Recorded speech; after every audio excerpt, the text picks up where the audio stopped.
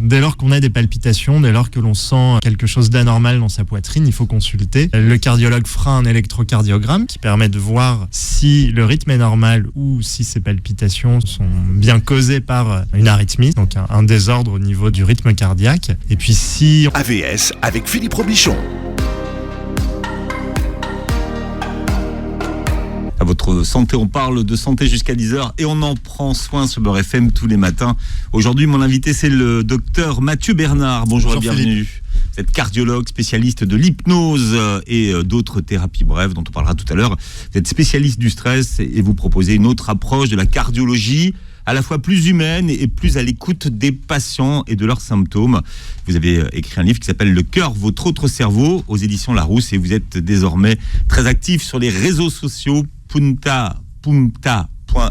PUMTA.fr, effectivement. Grâce à vous. Ouais, en plus, Pumta, et sur Insta, sur Facebook. Voilà. Et Pumta, c'est pour reprendre les bruits. Le bruit des battements cardiaques, effectivement. À côté de vous, il y a Mona qui est avec nous. Bonjour Mona. Bonjour. Voilà, Mona, co-animatrice de la matinale de Beurre FM. Elle est là tous les matins, dès 5h30, déjà en train de travailler. Bosser, oui. Elle vient de terminer son émission. Et si je t'ai demandé de venir, Mona, c'est parce que on parlait d'hypnose avec Fatima Zora avant l'émission, et bon, elle a du mal à y croire. Toi-même, tu avais un peu de mal à y croire et tu as demandé finalement à Mathieu Bernard d'intervenir sur une de tes peurs, tes phobies. Parce qu'on a tendance à penser que l'hypnose, c'est vraiment du divertissement quand on regarde ça à la télé, mais on ne sait pas qu'il y a une hypnose de l'ordre médical qui peut t'aider en fait à te sentir mieux, à prendre confiance en toi. Et moi, mon problème, c'était la route. Je pouvais pas, même si j'avais eu le permis, je ne pouvais pas prendre le périph' toute seule, je ne pouvais pas prendre l'autoroute toute seule. Et on a fait cette séance d'hypnose qui a été filmée et qui est sur les réseaux sociaux de Beurre FM. Et depuis, ça va beaucoup mieux au point que j'en ai même perdu un point parce que je n'ai peur de personne sur la route maintenant. D'accord. Le docteur Bernard t'a donné combien ? il m'a absolument rien donné. Non, je vous assure, c'est pas du tout de la publicité ou autre. Vraiment, c'est juste que petit à petit, j'étais moins stressée. Beaucoup moins stressée, j'ai pris mon courage à deux mains, je suis allée sur le périph', puis je suis allée sur l'autoroute et depuis, non, je suis pas impressionnée. J'ai perdu un point, je devais rouler à 50 et j'ai roulé à 64, donc voilà. Et donc, est-ce que tu es allée sur la place de l'Étoile à Paris ? Oui. L'Arc de Triomphe. Ouais. Oui, c'est fait, ouais. Bon, voilà. C'est fait. Bon, c'est pas agréable parce que les gens roulent vraiment n'importe comment. Tu peux pas t'empêcher de klaxonner, mais j'ai moins peur. Je suis moins stressée. Les usagers autour m'impressionnent beaucoup moins, on va dire. D'accord. C'est-à-dire que tu ne laisses plus ta voiture au milieu de la route comme tu le faisais avant ou sous une aire de repos parce que tu étais stressée tellement. Exactement. J'étais vraiment paniquée à l'idée de prendre l'autoroute, de voir des grands camions rouler à côté de moi, qu'on me fasse des queues de poisson. J'avais super peur de ça. Et en fait, tu te rends compte finalement que c'est juste une prise d'initiative. Il suffit d'avoir confiance en toi et ça va. D'accord. Est-ce que tu peux nous dire ce qui s'est passé en toi ? Est-ce que tu le sais ? Est-ce que tu arrives à comprendre ce qui... Franchement, je ne saurais même pas. J'ai écouté la voix du médecin et puis j'étais très concentrée. Je ne saurais même pas expliquer ce que je ressentais à ce moment-là. J'étais fatiguée. Et je le laissais me parler, tout simplement. J'ai même pas les mots, j'ai pas de sentiments à décrire, je sais pas. C'est un automatisme chez toi. Ouais, on a l'impression. Tu penses plus en fait. Bah oui, mais en fait, on n'a pas l'impression que ça a changé grand-chose. C'était la même personne en te réveillant, t'es juste peut-être un tout petit peu plus fatigué, mais il y a rien qui change et le changement, tu le vois après, quand tu pratiques. Et quand moi, je suis retournée sur la route, c'est là que je me suis rendu compte que mon stress avait disparaissait petit à petit jusqu'à limite plus exister. Ça se passe au niveau inconscient, donc on le sait pas. Et c'est souvent l'entourage d'ailleurs qui constate des modifications de comportement. Ouais. Mais la personne, elle, ne le sent pas. Elle sent qu'elle va mieux, elle ne sait pas pourquoi. Et le problème qui l'avait poussé à consulter, en fait, c'est comme s'il n'avait jamais existé. Bien, je vais vous envoyer chez Oprah Winfrey. Non, qui souffre exactement de la même pathologie que moi. Ouais. Ah, elle a peur de... Elle ne prend jamais l'autoroute, tu vois. Elle va pas sur les routes de grande fréquentation, en fait. Donc, alors là, c'est la gloire assurée. Docteur Mathieu Bernard. Voilà. Une fois Mona et après Oprah Winfrey, là vous êtes refrais. On va parler d'un sujet et d'un mot qui est peut-être mal utilisé souvent, qu'on utilise par erreur, c'est palpitation. Vous, qu'est-ce que vous donnez comme définition au mot palpitation, Mathieu Bernard ? C'est toute sensation de battement cardiaque dans la poitrine inhabituelle. Pourtant, le cœur bat tout le temps et on le sent pas battre, en fait. Ça dépend des patients. Certains le sentent, d'autres pas. Et le problème, c'est que quand on commence à le sentir, souvent on stresse, si on sent qu'il y a quelque chose d'anormal, et le stress va générer de nouvelles palpitations, et donc c'est le cercle vicieux. Vous appelez ça les hoquets du cœur? Oui, c'est une patiente qui m'avait parlé de ça, j'avais trouvé la métaphore jolie. Comment savoir si on a des palpitations et que c'est pas autre chose, en fait, pour ceux qui nous écoutent? Je pense qu'il faut consulter. Dès lors qu'on a des palpitations, dès lors que l'on sent quelque chose d'anormal dans sa poitrine, il faut consulter. Le cardiologue fera un électrocardiogramme, qui est un enregistrement de l'activité électrique du cœur, qui permet de voir si le rythme est normal ou si ces palpitations sont bien causées par une arythmie, ce qu'on appelle une arythmie, donc un désordre au niveau du rythme cardiaque. Et puis si on n'a rien ou si on a une petite anomalie qui a besoin d'être un peu plus explorée, à ce moment-là, on fait ce qu'on appelle un Holter ECG, qui est un enregistrement du rythme cardiaque sur 24 heures. La palpitation, c'est que le cœur qui accélère, c'est un emballement du cœur ou ça n'a rien à voir avec ça? C'est pas forcément un emballement, c'est vraiment toute sensation anormale perçue dans la poitrine. Alors, vraiment au niveau des battements. Donc ça peut être une accélération du cœur, ça peut être ce qu'on appelle une extrasystole. Les extrasystoles sont des fausses notes, en fait. Le cœur est à quelques millisecondes près réglé comme un métronome, et de temps en temps on peut avoir ce qu'on appelle une extrasystole, qui est un battement prématuré, un battement qui survient plus tôt que prévu et qui est suivi de ce qu'on appelle un repos compensateur. Donc je vais tâcher de le mimer en audio et en vidéo. Donc au lieu d'avoir un cœur qui bat de façon régulière comme ça, on va avoir ceci. Et ça repart. Voilà, donc je peux peut-être le refaire pour les auditeurs. Ça, c'est le battement régulier. Donc ça, entre 60 et 70 par minute. Voilà, et l'extrasystole va donner ça. Et cette extrasystole, elle est suivie d'une petite pause. Si elle naît au niveau des ventricules, puisqu'elle peut naître au niveau des oreillettes, au niveau des ventricules ou entre les deux, si elle naît au niveau des ventricules, elle va être beaucoup plus tonique. Donc on peut sentir un à-coup dans la poitrine, et derrière il y a ce repos compensateur qui fait qu'on a l'impression que le cœur s'arrête. En fait, il s'arrête pas, il ralentit. Mais ce choc plus derrière ne plus rien sentir, ça peut occasionner un stress. Alors les extrasystoles, c'est quelque chose de normal, on en fait entre 1 et 100 par jour. Le seuil pathologique, c'est 5000. Et entre 100 et 5000, c'est laissé à l'appréciation du cardiologue et du patient en fonction de la gêne occasionnée. Donc, ça veut dire que si on en fait une centaine par jour, on ne les sent pas, en fait? On peut les sentir, mais ce n'est pas systématique. Moi, j'ai testé un Holter ECG une fois, j'ai eu 2 extrasystoles, ce qui est donc normal, mais je ne les ai jamais sentis. Par exemple, quand on passe un examen, on peut avoir l'impression de sentir son cœur ou d'avoir... Ou un premier rendez-vous. Oui, mais exactement. Admettons, vous tombez amoureux, un rendez-vous amoureux, c'est ça une palpitation ou ça n'a rien à voir? Si, ça peut être... En fait, le palpitation, c'est un terme fourre-tout qui désigne une sensation anormale qui est perçue comme telle par la personne qui la ressent.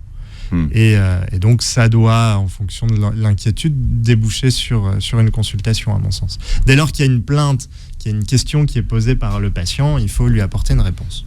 Quelqu'un qui, par exemple, vous l'entendez peut-être autour de vous, quelqu'un qui va boire un café et qui dit « Oh là là, moi je bois pas de café, ça me donne des palpitations ». Vrai ou pas vrai? Vrai, oui. La caféine est un excitant qui entraîne une accélération de la fréquence cardiaque. Donc oui, une accélération de la fréquence cardiaque au repos, ça peut être considéré comme des palpitations.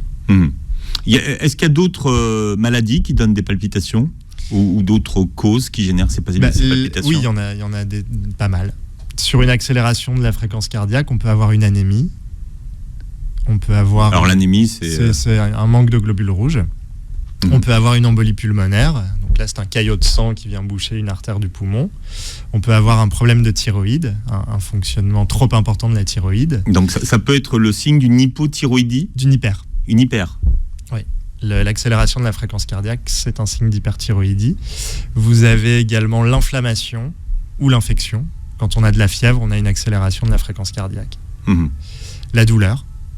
Quand on a mal, on a une élévation de la pression artérielle, une élévation de la fréquence cardiaque, c'est physiologique.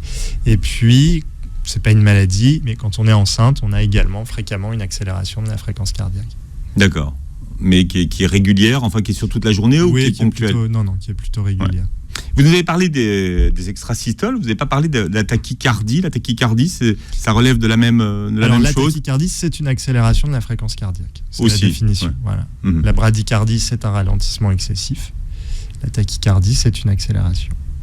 Bien, alors à quel moment justement on doit la prendre en charge et s'inquiéter et consulter pour les palpitations? Il n'y a pas de seuil, je pense que c'est vraiment le ressenti de chaque personne. Dès lors qu'on se plaint de palpitations, si c'est une fois de temps en temps, on peut laisser courir. Si on est fréquemment dérangé ou qu'on est très angoissé par ces palpitations, à ce moment-là, il faut consulter. Le stress, dont vous êtes un spécialiste, Mathieu Bernard, déclenche des palpitations souvent? Oui, souvent. Très souvent via la sécrétion d'adrénaline. Donc plutôt sur des stress aigus, une exposition aiguë, un accident de voiture, une altercation, on va avoir une sécrétion d'adrénaline qui, d'une part, accélère la fréquence cardiaque et d'autre part, est aussi ce qu'on appelle pro-arythmogène, c'est-à-dire que l'adrénaline a cette faculté de déclencher des arythmies, donc des anomalies dans le rythme cardiaque. En fait, dans les arythmies cardiaques, il y a tout un tas de catalogues. Ces arythmies, elles peuvent naître au niveau des oreillettes, au niveau des ventricules, entre les deux, comme pour les extrasystoles. Et au sein de chaque secteur, on a différents types d'arythmies. Et les traitements sont différents. Les conséquences sont différentes. Donc, il faut bien identifier le type d'arythmie pour apporter une réponse et un traitement adéquat. Alors, le traitement, c'est un traitement qui est médicamenteux? Pas systématiquement. Ouais. On peut avoir de la phytothérapie. Chez les gens qui ont simplement un peu de palpitations, on peut prendre de l'obépine, souvent associée à de la vitamine B1, B6, du magnésium aussi. Et puis, on peut donner des traitements anti-arythmiques ou alors sur certains types de palpitations, on peut proposer la cohérence cardiaque aussi qui fonctionne bien. Quel est l'intérêt de prendre un traitement? Alors, l'intérêt du traitement, ça va être de diminuer les symptômes. On est rarement sur un traitement étiologique, c'est-à-dire on ne traite pas la cause, on va traiter les symptômes. Cependant, mon exercice m'a permis de constater que certains patients vont avoir besoin transitoirement d'un traitement, ou qu'en tout cas, cette anomalie, elle va durer quelques temps, et puis elle cessera d'elle-même. Le problème, c'est qu'on va mettre un traitement. Puisque ça passe sans traitement, à plus forte raison, ça va passer avec traitement. Et j'ai rencontré comme ça une professeure de yoga qui était sous traitement bêta-bloquant depuis 15 ans. Je me suis mis à rire. Je lui ai dit, mais vous êtes professeur de yoga et vous prenez des bêta-bloquants? Elle me dit, oui, j'ai honte. Alors, il s'avère que 15 ans avant, elle n'avait pas du tout la même vie, qu'elle prenait un peu trop de cocaïne, qu'elle avait donc une vie de patachon, qu'elle a découvert le yoga, qu'elle s'est racheté une conscience et donc qu'elle prenait en fait ce traitement-là probablement depuis 10 ans pour des prunes.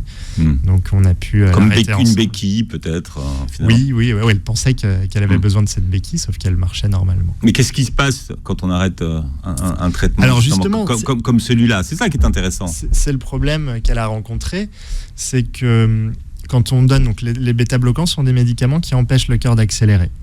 Donc c'est comme si vous privez votre ado de sortie et puis vous levez l'interdiction. Alors la première soirée, il va faire la fête jusqu'à l'aube. Le cœur, c'est pareil. Vous lui interdisez d'accélérer et puis d'un seul, on lève les interdictions. Et là, il va faire la fête, il va battre la chamade. Mais c'est quelque chose de transitoire. Sauf qu'on donne souvent les bêta-bloquants parce que les patients ont le cœur qui accélère. Et quand on arrête, le cœur réaccélère. Donc la majorité des gens se disent, ah ben non, mon problème est toujours là, je reprends mon traitement. Sauf que c'est une passade. Et si on est un peu patient, les choses rentrent dans l'ordre. Et si on veut prendre en charge le fond, alors, dans ces cas-là? Eh bien, il faut s'intéresser au stress. Alors, il faut vraiment bien différencier. Il peut y avoir des palpitations, des tachycardies qui sont uniquement générées par le stress, c'est-à-dire soit l'environnement, soit la psyché. Comme il peut y avoir d'authentiques atteintes, dysfonctionnements cardiaques, où là, on va plus s'orienter vers un traitement de la cause. Donc, d'abord vérifier si c'est une atteinte cardiaque. Voilà, soit organique, c'est-à-dire une atteinte d'organes, soit une atteinte psychosomatique. Si c'est une atteinte organique, on a différents traitements médicamenteux ou des traitements interventionnels. soit on va pencher pour une prise en charge du stress et de l'esprit. Qu'est-ce que vous conseillez quand arrive, j'allais dire, la crise de palpitation ou la... Alors, qu'est-ce qu'il est bien de faire quand on le voit arriver? Prendre un grand verre d'eau froide. Ça va activer ce qu'on appelle le système parasympathique, qui est le système du zen. Donc un grand verre d'eau froide va stimuler ce système parasympathique, ralentir le cœur. Et sinon, respirer de façon lente, ample et profonde, ce qui stimule aussi le système parasympathique. Bien. Vous parliez tout à l'heure des extrasystoles, j'en avais pas entendu parler jusqu'à il y a quelques années. J'ai l'impression que de plus en plus de gens en parlent. Est-ce que ça veut dire qu'il y a plus d'extrasystoles qu'auparavant? Non, je pense que les gens sont mieux informés. Il y a d'une part l'accès à Internet, et puis on a changé de paradigme où il y a encore quelques années, le médecin était le sachant et n'expliquait pas, donnait juste son ordonnance. Et on est maintenant, Dieu merci, sur une dynamique qui est beaucoup plus démocratique où le patient est partie prenante de sa prise en charge. Je rappelle que il y a beaucoup d'informations sur vos réseaux sociaux, hein, Doc, sur pumta.fr, notamment sur le stress, hein, puisque votre cœur d'action, c'est le stress. Exactement. Les palpitations, c'est très courant, hein, c'est pas du tout quelque chose. Non, c'est l'un des motifs principaux de consultation en cardiologie. Ouais. Et c'est pas grave. Ça dépend. Ça dépend, donc c'est pour ça qu'il faut consulter. Ça peut l'être, ça peut révéler une atteinte cardiaque. Donc c'est intéressant de consulter pour se rassurer. Alors j'ai une question qui vient d'arriver. Est-ce qu'on peut avoir des palpitations quand on fait des hypoglycémies? Est-ce qu'il peut y avoir un lien? C'est une bonne question. Oui, c'est probablement possible. On va parler de l'hérédité dans les facteurs de risque pour le cœur. On parle de famille cardiaque. Vrai ou pas vrai? Vrai. Mais c'est pas si simple. D'accord. Il y a quelques rares maladies cardiaques qui sont héréditaires. Après, il faut pas oublier qu'on hérite aussi de l'hygiène de vie de ses parents, très souvent. Et donc, si on a l'habitude de manger gras, sucré, d'être sédentaire, de fumer, si on a pris cette habitude-là de ses parents, de son éducation, forcément, on s'expose à plus de risques cardiovasculaires. Mais effectivement, on a quelques maladies génétiques qui se manifestent par une atteinte cardiaque. Alors, on parlait de famille, de cardiaque, de père en fils à une époque. Pourquoi c'est plus les hommes qui sont à risque? Alors, on en parlait lors de la précédente émission. Ce sera moins le cas maintenant, puisque les femmes avaient une meilleure hygiène de vie, buvant moins d'alcool, ne fumant pas. Elles étaient aussi, elles sont protégées plus longtemps par leurs hormones. Et puis on avait cette idée dans la tête que les femmes ne pouvaient pas avoir de problème cardiaque.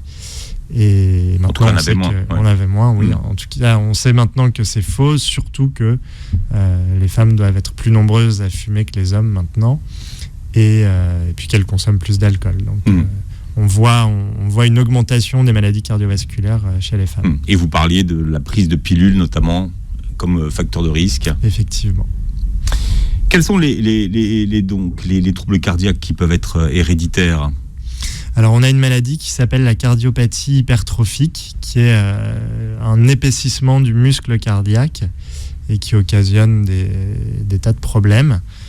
Et on a aussi ce qu'on appelle des cardiopathies dilatées, qui peuvent être héréditaires, qui, elles, sont donc, comme son nom l'indique, se traduisent par une dilatation et une fatigue du cœur. Ouais. Et au niveau de l'infarctus, par exemple, est-ce qu'il y a des familles à infarctus? Oui, alors si un infarctus survient chez un homme avant 50 ans, chez une femme avant 60 ans, un infarctus ou un AVC, un accident vasculaire cérébral, on considère qu'il y a une hérédité.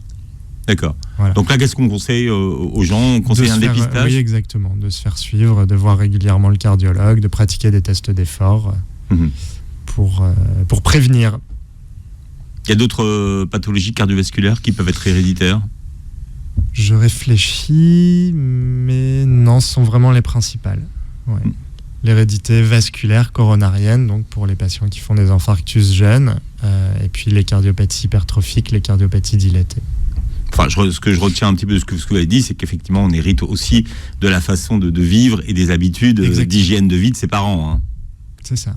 Donc ça peut se croiser. Donc ça peut se corriger aussi. C'est ça que ça veut dire aussi. Oui, c'est ça que ça veut dire aussi. On va parler d'un phénomène qui est assez courant, mais alors complètement inconnu.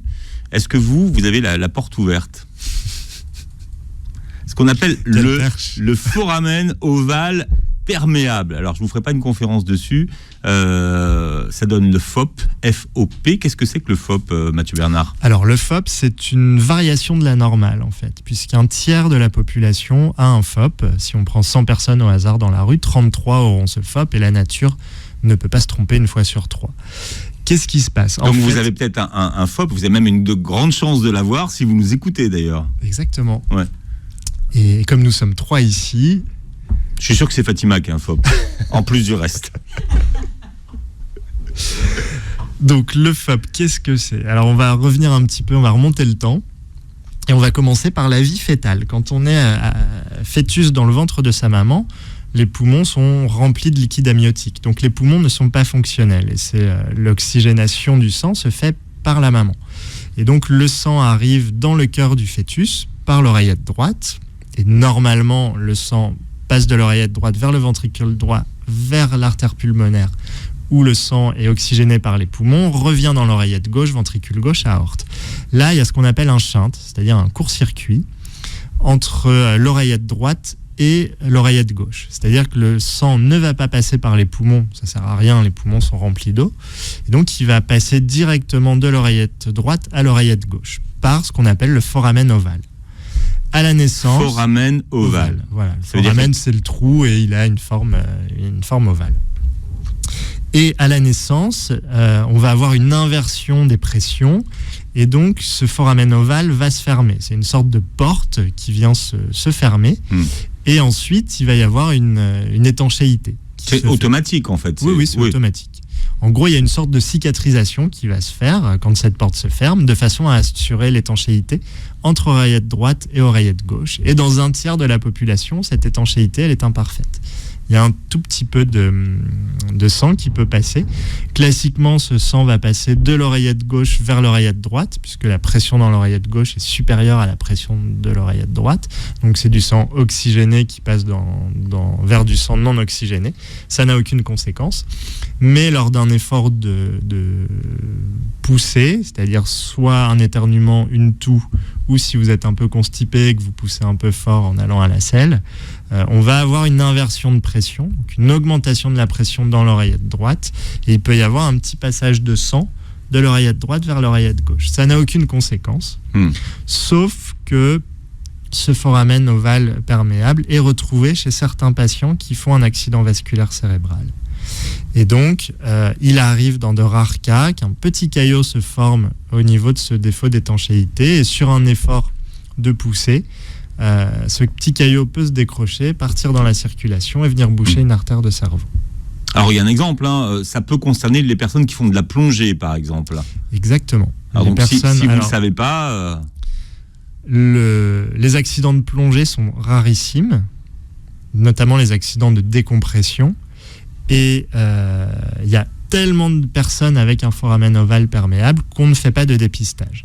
En fait, il faut 3 conditions pour faire un accident de décompression.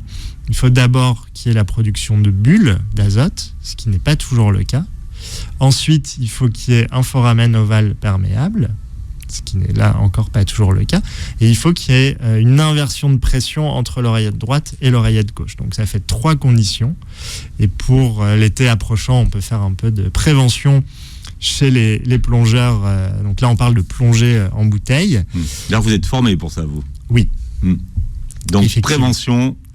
Donc prévention, idéalement, alors surtout si vous avez un foramen ovale perméable et que vous le savez évidemment, évitez les plongées en eau froide.